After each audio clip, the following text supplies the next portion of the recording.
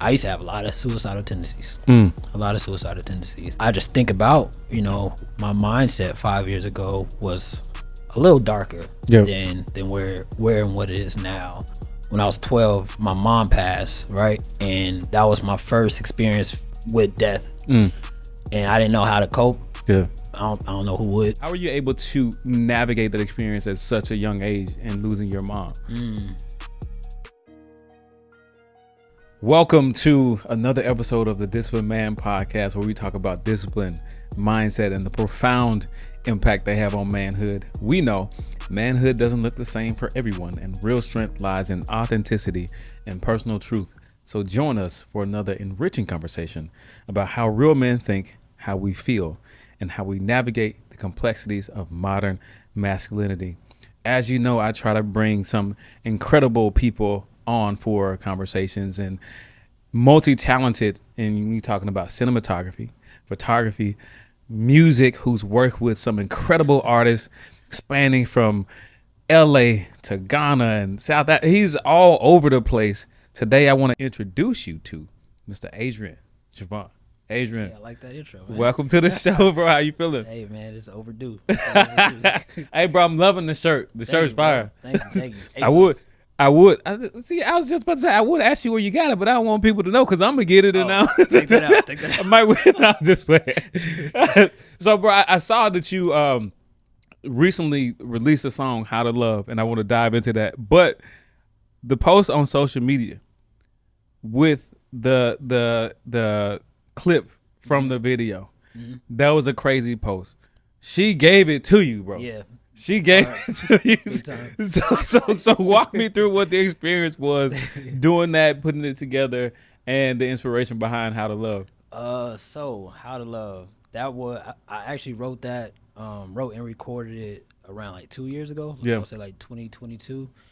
I try to write from like an introspective way. Not everything that I write about is something I went through per se, but I try to put myself in those positions as if, it's an experience, Right. Or try to pull from certain experiences. So that song specifically is actually talking to myself, like not being able to give or show the love that I want. Right. So it's actually in a perspective of her, but it's the way that it's written. It could go both ways, as far as like if a woman hears this or if a male hears this, it could go, it could relate to either person, So that video, shout out to Albriana and Rich. My homie Rich, he had hit me. He's like, "Yo, I got this concept, and he sent it over to me. And I'm pretty like easygoing in regards to like creating, if the concept fits or if it makes sense. So he shot it to me, and I said, bet. So he was like, it wasn't anything that we really like overthought. It was natural, natural interactions. I actually was able to let some steam out, as she was able to let some steam out, and she's an actress herself, and she was like low key coaching me on set.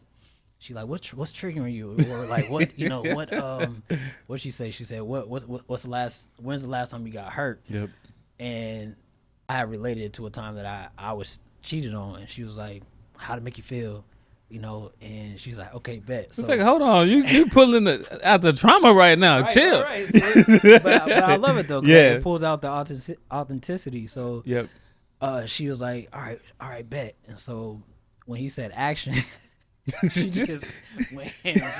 You ain't shit, bro. I'm That's like, damn. crazy. So in my mind, I'm just like, okay, let me try to, Because I remember looking at the clip, and you just like looking like, and I'm like, she is giving it to him. But I feel like that's how it was supposed to be. Like, exactly how how it played out is how it was supposed to be captured. For sure. So, but phenomenal actress. Yeah. But, she pulling out drama, but phenomenal actress. But again, I like to pull from that, just to allow the viewer or whoever's listening to feel it, and they know it's real. So walk me through what it's like for you, because you do a lot of creation on both sides of the camera. Walk me through what the experience is like for you on the other side where the full focus is on you because, I mean, fortunately, I know you and I've seen you in different spaces and you don't have to be the person at the center of attention. You want to make sure every moment is captured and it gives the full complexity of what that moment is supposed to represent. So again, walk me through what it's like for you being on the other side and having your moment. Yeah. I'm still getting used to it. Yeah. Like even now, but I love it. You know, I feel like it's something that I've always been infatuated with. It's something that I've always had an eye for, even since as a kid. And I don't know, weirdly enough, I feel like even when I was a kid, I always saw myself in front of the camera. Yep.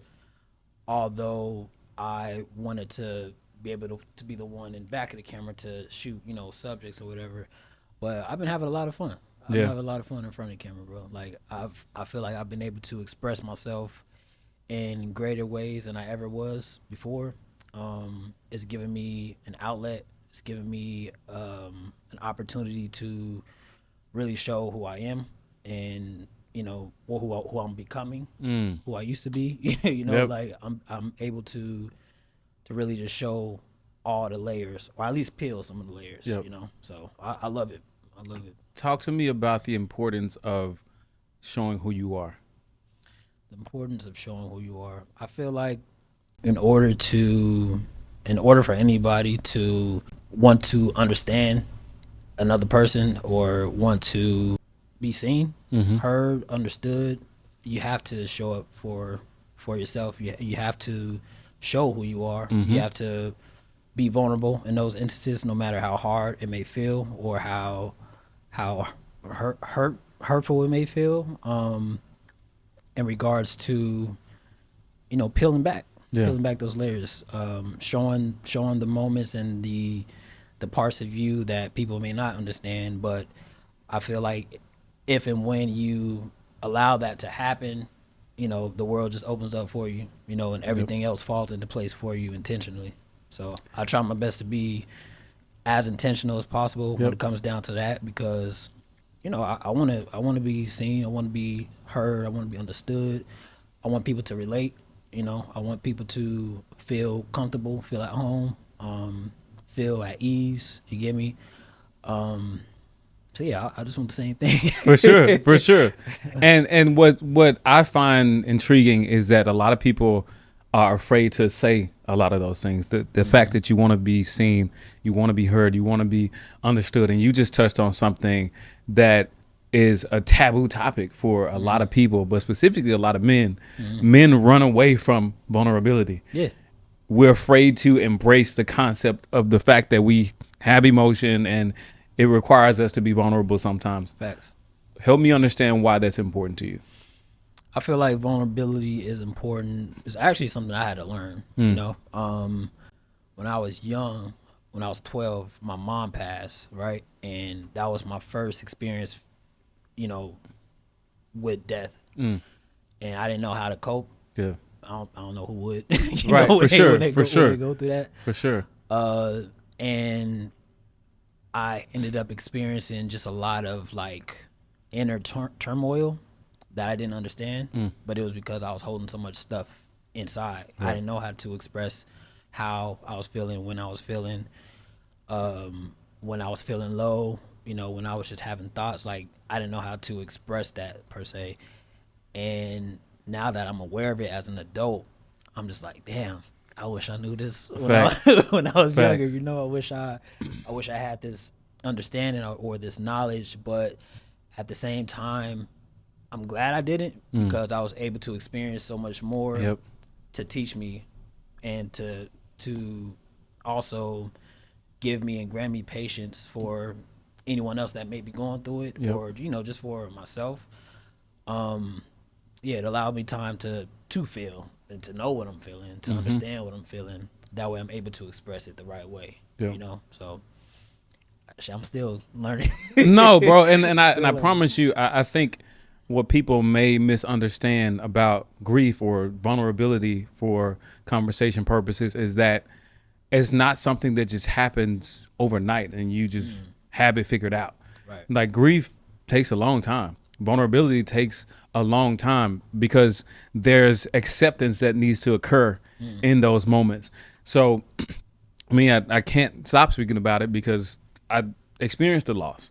Just like you experienced. I haven't experienced the loss of my mother, but I experienced the loss of two brothers and more recently two cousins in the span of 7-8 months. So I lost two brothers, 2021, 2022, 7 months apart, and then cousin in 2023 in June of 2023. Wow. Then in December of 2023, lost another cousin. Then his brother just passed in August 3rd. Wow. 2024. So it's like all of these things are happening so fast and we're constantly having to adjust and grieve. But I think what people may misunderstand about all of that, in addition to not being able to have it overnight, is the fact that the world expects you to keep going. Yeah. And for some reason, it's your world is imploding, but people are just going anyway. And so you just have to understand that there's going to be some things that are required of you to process those emotions, but you also have to find out a way to move forward. Yeah. How were you able to not necessarily overcome, because I don't think that's the right word, but how were you able to navigate that experience at such a young age and losing your mom? First off, condolences, bro. Appreciate That's it. heavy. And I could only imagine how that feels or felt, you know. How did I think my family, my brothers and sisters, well, technically I'm in the middle now, but at the time, it was 6 of us you know, at the time, and you know we're all stair-stepping age. And when my mom passed, you know, one of her last wishes was for all of us to stay together, to stick together no matter what, and that's what we did. You know, although we were like low-key kids raising kids in a way.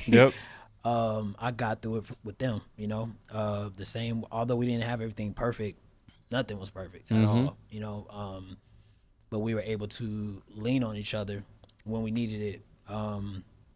And that taught me, you know, if it wasn't for them, I wouldn't have been able to know how to express myself or share, you know, what it is I'm feeling, or even ask questions, you know, express my worries. Like, they were always there to be a listening ear, you know. I can't recall one time where it was something, you know, if I'm expressing myself, that it was ever detrimental to them. There was always a listening ear, you feel me? Although, you know, some advice may have not always been the best, but you know, we here, we made it. Man. You know, but I've got some bad advice from my brothers, and I hate to say it right now, but I got some bad advice. Hey, you know, that's big brothers for you, little brothers too. You know, that's how it is. But yeah, I'm sure I've given some too, but same. Same. Same, but yeah, if it wasn't for them, man, I don't know where I would be. Man. So I feel like I owe it to them to show up my best self all the time. You feel me? Because they're the number one supporters and always have been. So whenever that time is for me, I'm a bless them with something, something amazing. So, and one thing you just mentioned that I think people probably don't even think about because they don't have the experience is being the middle child. Bruh, the amount of pulling back and forth that you have to do when you have so many people older than you and then so many people younger than you. Because at first it was just me and I'm the youngest, but now I got all these people counting on me to show them the way, and I'm still learning from these people. There's so many things that are happening, and even with all of that, I will say in my experience, 'cause I just lost my brothers like a couple years ago, and like going through the process of like getting them suits for the funerals and my sister putting the obituaries and all of those things together. It was a lot of moving parts and a lot of things happening. But we all have to grieve at the same time. So it was, even though it was difficult, we still had to show up for each other. And we had to build a community that was family, but a community nonetheless. But I think a lot of times as men, what we find challenging is the fact that we don't really speak to people, and we don't tell people that we want to be heard. We don't tell people that we want to be understood.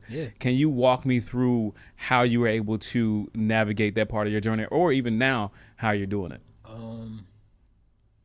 So technically, I'm the middle now because of I have younger siblings under me. So like I have 4 under me and then 5 over me. Yeah. Um, but I feel like I don't know. I think I was able to navigate it by understanding my intuition, understanding what I'm feeling inside, and just going with it to voice whatever it is. Even when I was wrong, Yep. even when I was, if I didn't understand something, I would share, ask questions.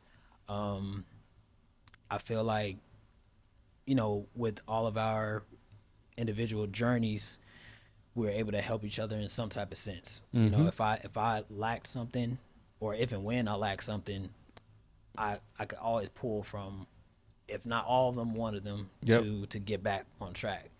And I feel like now that I'm, at the age I'm at now and more mature, I'm able to do the same things, for them. Although I am the younger or not the oldest brother, but I may be, one of the older brothers. I feel like we're all able to give each other some type of tools and gems, for all of us to walk with and utilize it within our own selves. Absolutely. Yeah. What tools do you find to be the most important with where you are right now? And it doesn't even necessarily have to relate to Greek, but just where you are as a man. What tools do you feel like are more important for you at this particular moment of your life?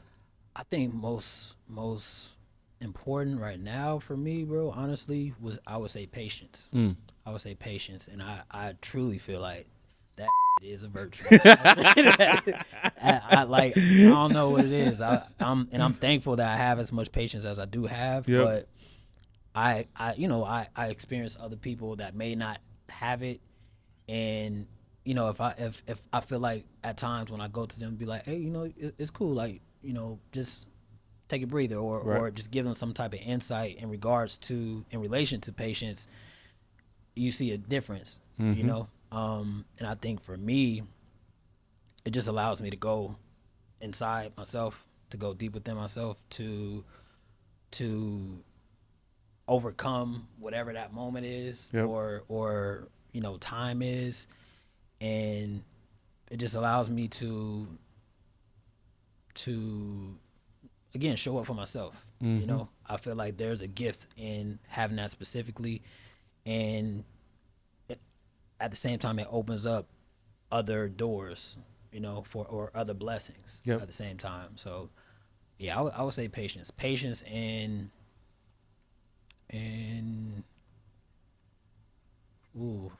accountability. That's always a hard one though. It's always tough, but it's funny because two things. We obviously know a lot of the same people, and I had Caleb come on to the podcast recently. Yeah, I saw and 2 words he used were patience and accountability. That's crazy. So I asked him. I was like, well, why patience and accountability? And he talked to a couple other things. Yeah. But what I want to do is ask you why patience and accountability for you. I think for me, patience and accountability, because I feel like when I think of accountability, I think of truth. I think of release. I think of y'all been talking to each other, bro. That's cheating. Nah, honestly, I mean, you already know that's my dog, bro. But yeah, that's what I think of. Truly, sure. Yeah. Hey, shit, we probably been around each other. Facts. But no, I feel like iron sharpens iron at the same time. That's it. Which But yeah, I would say that. I feel it, and you've also moving the conversation forward a little bit. You've not only been to several different countries working and you with your artistry, you've also worked with some amazing artists. So I'm gonna throw a question at you, and I want you to take a moment to think about it, because I don't know how you want to answer it or if you want to answer it, but I'm gonna ask it anyway. All right. What was the worst experience for you with the artists that you worked with? The worst? Yes. Oh, I gotta think. And this wasn't a celebrity, although she made herself out to be one. Yeah. Man, so I ain't gonna say her name, although I should, because can we curse in here? You got it, bro. You got it. You got it. But nah, what she did was shady, hella shady. So I got hired on this gig by my homie Marcus, and he's like, yeah, this girl's cool. We're about to do this fitness thing. She's gonna bring out some people, blah blah blah. I'm all right, cool. So I'm thinking we're just going in there, shoot, and after the event we out. And I had a good time. Yeah. I had a good time. We interviewed some dope people. And she's like, yeah, we're going to pitch this to Netflix, blah, blah, blah. We're going to do this and that. I'm going to pay you in, after the hard drive gets dropped off, blah, blah. I'm like, all right, cool. 2 weeks go by. And I just follow up. I wasn't tripping or nothing. I'm like, okay, let me just follow up about, my money. Christmas coming up, all right? Christmas coming up. But real Yeah, life, yeah, though. yeah. Christmas coming up, right? So I reached out to her. She's like, yeah, it's coming. I got you Sunday. So the Sunday leads into next Monday. Monday leads up to 2 more weeks, and like a month passed, right? So I'm like, okay. So I reached out to my boy. I'm like, hey, bro, like, what's up? He was like, let me reach out to her. So I hit her again, and she's like pretty much gaslighting, like, oh, you know how the industry works. People don't get paid, sometimes until like 2 months or after a commercial. I'm like, what? That's crazy. Like, what? That's not crazy. what we agreed on, right? Right, I was like, right. If you had to pay me 3 months afterward, just let me know. Right. So, bro, she ends up calling some dude to meet up with my boy to hire me to like try and set him up to like get his camera type Yo. shit. Crazy. So crazy thing is the dude that she called knew my homie.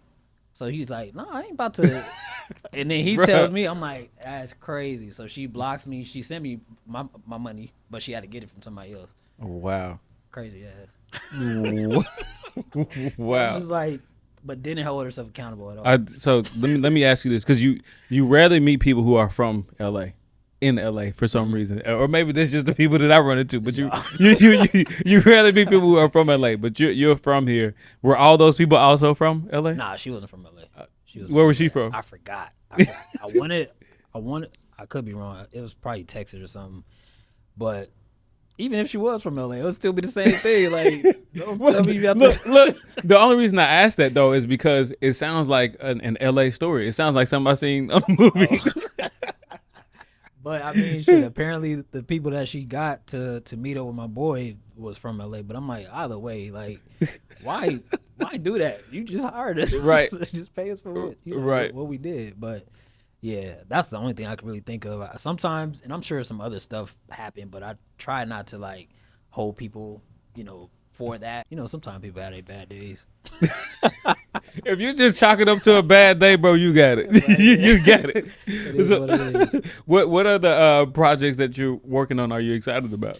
Right now, at the moment that I'm working on, outside of like my own like music and like EPs, I have 2 other EPs that I'm working on. That's pretty much done, but I'm just trying to like finalize the music and all that.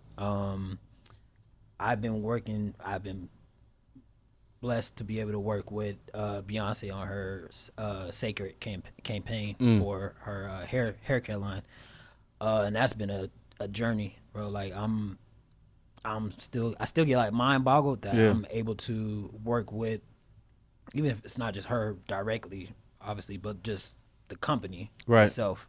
Right. Ran by all beautiful women, amazing women, and intellectual, intelligent, sharp. You feel me? Just like for sure. Every time I'm there, I'm just like, I just take it in, So that's probably been the main thing that I've been focused on and lending like a lot of my time to. This month has been pretty busy for me, man. And I'm just whatever I work on, man, or whatever I'm able to do, I get to do. I'm thankful for it. I feel blessed to be able to do it. Big or small. Small. Yeah.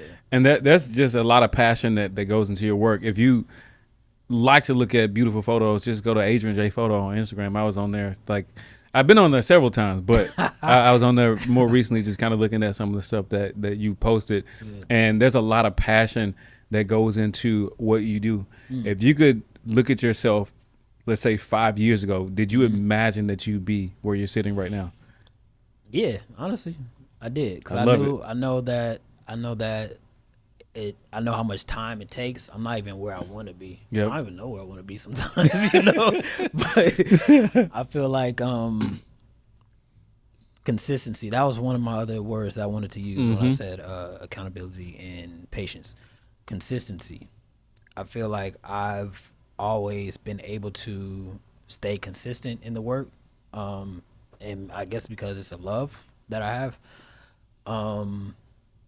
Yeah, I've always envisioned myself, at this level, but still pushing for, no limits, no boundaries. I think that I obviously still have a lot more to do, a long way to go to wherever that is, but I'm just letting God lead me, bro. Sometimes you wake up like, I don't know what's about to happen. Use me. I'm here. I'm a vessel, man. So let's fast forward 60 years from now. Where has God led you?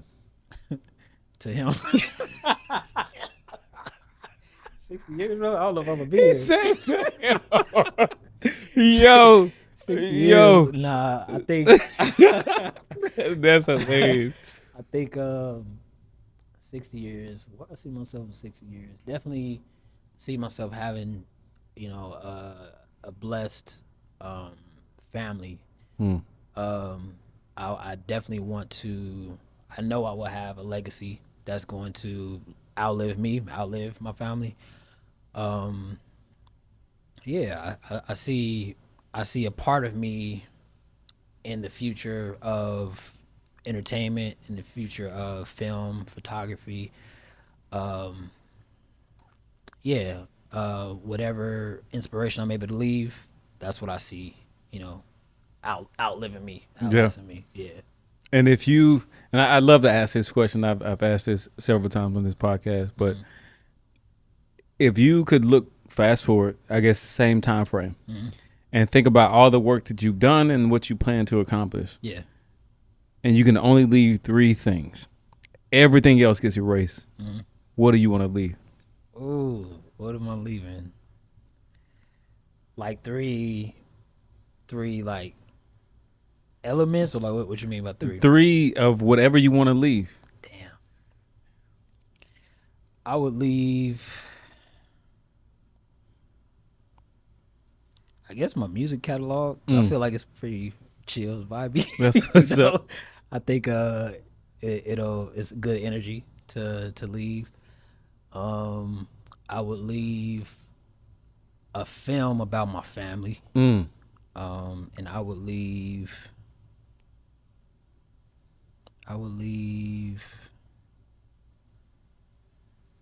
my brain for science.